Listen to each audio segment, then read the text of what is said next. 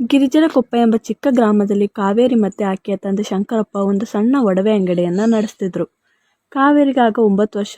ಶಂಕರಪ್ಪನಿಗೆ asthma ಕಾಯಿಲೆಯಿಂದಾಗಿ ಆಗಾಗ ಉಸಿರಾಟದ ತೊಂದರೆ ಆಗ್ತಿತ್ತು. ಒಂದು ರಾತ್ರಿ ಶಂಕರಪ್ಪನ ತೀವ್ರವಾಗಿ ಕೆಮ್ಮಿ ಕಾವೇರಿಯ ಕಣ್ಣೆದುರಿಗೆ ಕೊನೆಯುಸಿರೆಳೆದ. ಆ ಕ್ಷಣದಲ್ಲಿ ಕಾವೇರಿಯ ಜೀವನ ಕತ್ತಲಿನ ದಾರಿಯಲ್ಲಿ ಸಾಗಿತ್ತು. ಕಾವೇರಿಯ ತಾಯಿ ಲಕ್ಷ್ಮಿ ಗಂಡನ ಮರಣದ ಆಘಾತದಿಂದ ದಿಕ್ಕು ತೋಚದ ಮಗಳನ್ನು ಒಡ್ಡಿಕೊಂಡು ಗೋಳಾಡ್ತಿದ್ಲು. ಆದರೆ ಇದಕ್ಕೂ ಮೊದಲು ಶಂಕರಪ್ಪನ ತಮ್ಮ ರಾಮಪ್ಪ ಮತ್ತು ರಾಮಪ್ಪನ ಹೆಂಡತಿ ಸುಮಿತ್ರಾ ಗ್ರಾಮಕ್ಕೆ ಬಂದು ಕಾವೇರಿಯ ಮನೆ ಮತ್ತು ಜಮೀನನ್ನು ತಮ್ಮ ಹೆಸರಿಗೆ ಬರೆಸಿಕೊಂಡ್ರು. ರಾಮಪ್ಪ ಮತ್ತು ಸುಮಿತ್ರಾ ಲಕ್ಷ್ಮಿ ಮತ್ತು ಕಾವೇರಿಯನ್ನ ಮನೆಯಿಂದ ಹೊರಗಟ್ಟಿದ್ರು.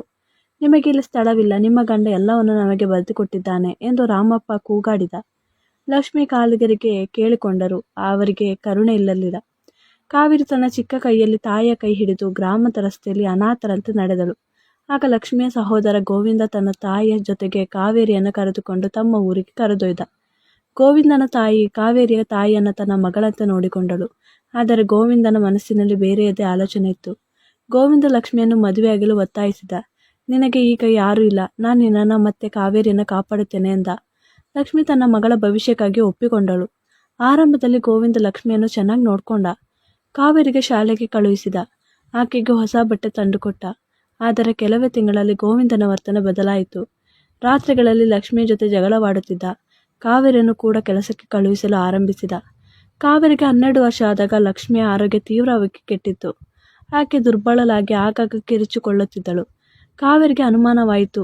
ಒಂದು ರಾತ್ರಿ ಗೋವಿಂದ ಲಕ್ಷ್ಮಿಗೆ ಒಂದು ಬಿಳಿಯ ಪುಡಿಯನ್ನು ಗ್ಲಾಸ್ನಲ್ಲಿ ಕಲಸಿ ಕೊಡುವುದನ್ನು ಕಾವೇರಿ ಕಂಡಳು.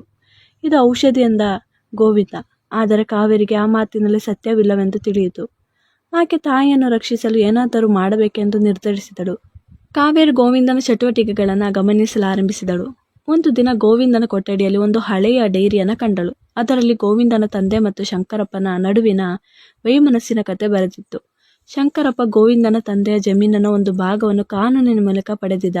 ಇದರಿಂದ ಗೋವಿಂದನ ಕುಟುಂಬಕ್ಕೆ ಕೋಪವಿತ್ತು. ಕಾವೇರಿಗೆ ತಿಳಿಯಿತು ಗೋವಿಂದನ ಈ ಸೇಡಿನ ಯೋಜನೆ ತನ್ನ ತಂದೆಯ ವಿರುದ್ಧದ್ದು ಅಂತ. ಲಕ್ಷ್ಮಿ ಈಗ ಆ ಸೇಡಿನ ಬಲಿಪಶು. ಕಾವೇರಿ ತನ್ನ ತಾಯಿಯನ್ನು ಗೋವಿಂದನಿಂದ ದೂರವಿಡಲು ಯೋಜನೆ ಮಾಡಿದಳು.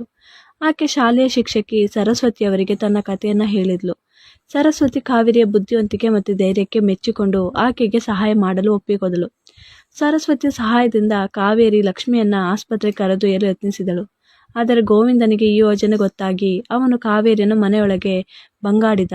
ಒಂದು ದಿನ ರಾಮಪ್ಪ ಗಿರಿಜಪ್ಪದಿಂದ ಗೋವಿಂದನ ಮನೆಗೆ ಬಂದ. ನಾನು ಶಂಕರಪ್ಪನ ಜಮೀನನ್ನು ಮಾರಾಟ ಮಾಡಲು ಯೋಚಿಸುತ್ತಿದ್ದೇನೆ, ಆದರೆ ಕಾನೂನಿನ ಕೆಲವು ಕಾಗದಗಳಿಗೆ ಲಕ್ಷ್ಮಿಯ ಸಹಿಯ ಬೇಕು ಎಂದ. ಗೋವಿಂದ ಈ ಅವಕಾಶವನ್ನು ತನ್ನ ಸೇಡಿಗೆ ಪೂರ್ಣಗೊಳಿಸಲು ಬಳಸಿಕೊಂಡ. ಅವನು ಲಕ್ಷ್ಮಿಯನ್ನು ಒತ್ತಾಯಪೂರ್ವಕವಾಗಿ ಕಾಗದಕ್ಕೆ ಸಹಿ ಮಾಡಿಸಿದ. ಆದರೆ ಕಾವೇರಿ ಇದನ್ನು ಗಮನಿಸಿದಳು. ಆಕೆಗೆ ತಿಳಿಯಿತು ಈ ಕಾಗದಗಳು ಜಮೀನಿನ ಮಾರಾಟಕ್ಕಿಂತ ದೊಡ್ಡದಾದ ಒಂದು ಒಡವೆಯ ಭಾಗವಾಗಿವೆ ಅಂತ. ಕಾವೇರಿ ರಾಮಪ್ಪ ಮತ್ತು ಗೋವಿಂದನ ಸಂಬಂಧವನ್ನು ತಿಳಿಯಲು ಶಾಲೆಯ ಗ್ರಂಥಾಲಯದಲ್ಲಿ ಹಳೆಯ ದಾಖಲೆಗಳನ್ನು ಶೋಧಿಸಿದಳು.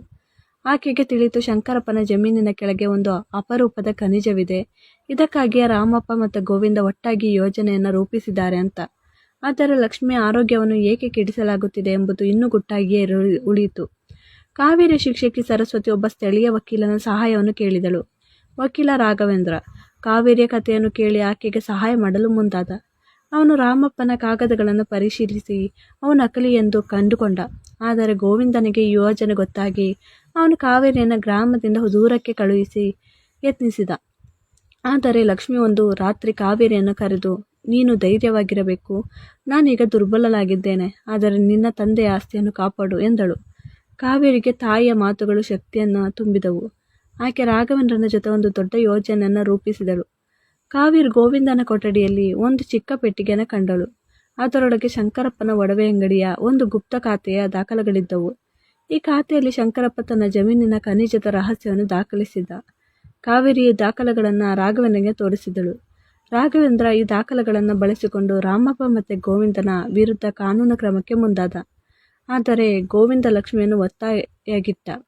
ಕಾವೇರಿಯನ್ನು ಬೆದರಿಸಿದ. ಕಾವೇರಿ ತನ್ನ ತಾಯಿಯನ್ನು ರಕ್ಷಿಸಲು ಒಂದು ಧೈರ್ಯದ ನಿರ್ಧಾರವನ್ನು ತೆಗೆದುಕೊಂಡಳು.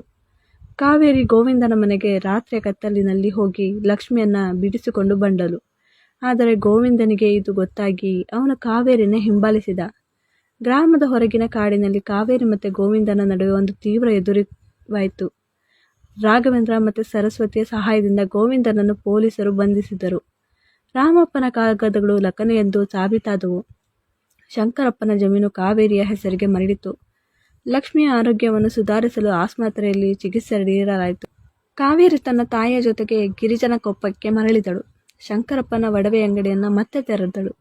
ಜಮೀನಿನ ಖನಿಜದಿಂದ ಬಂದ ಆದಾಯವನ್ನು ಗ್ರಾಮದ ಅಭಿವೃದ್ಧಿಗಾಗಿ ಬಳಸಿದಳು. ಕಾವೇರಿಯ ಧೈರ್ಯ ಮತ್ತು ಬುದ್ಧಿವಂತಿಕೆ ಕತೆ ಗ್ರಾಮದಾದ್ಯಂತ ಹರಡಿತು. ಮತ್ತು ಆಕೆ ಎಲ್ಲರಿಗೂ ಸ್ಫೂರ್ತಿಯಾದಳು. ಗ್ರಾಮಕ್ಕೆ ಹಂಚಿ. ಈ ಸ್ಟೋರಿ ಇಷ್ಟ ಆದರೆ ಪ್ಲೀಸ್ ನನ್ನ ಚಾನಲ್ ಲೈಕ್ ಮಾಡಿ, ಚಾನಲ್ ಸಬ್ಸ್ಕ್ರೈಬ್ ಮಾಡೋದನ್ನು ಮರಿಬೇಡಿ. Thanks for watching.